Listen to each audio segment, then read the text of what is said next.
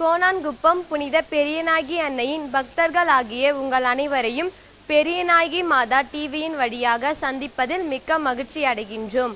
இப்போது டிஜிட்டல் வினாடி வினாவினை முன்னிட்டு நேற்று உங்களிடம் கேட்கப்பட்ட வினாக்களுக்கான பதில்களை காண்போம். 47ஆம் கேள்வி.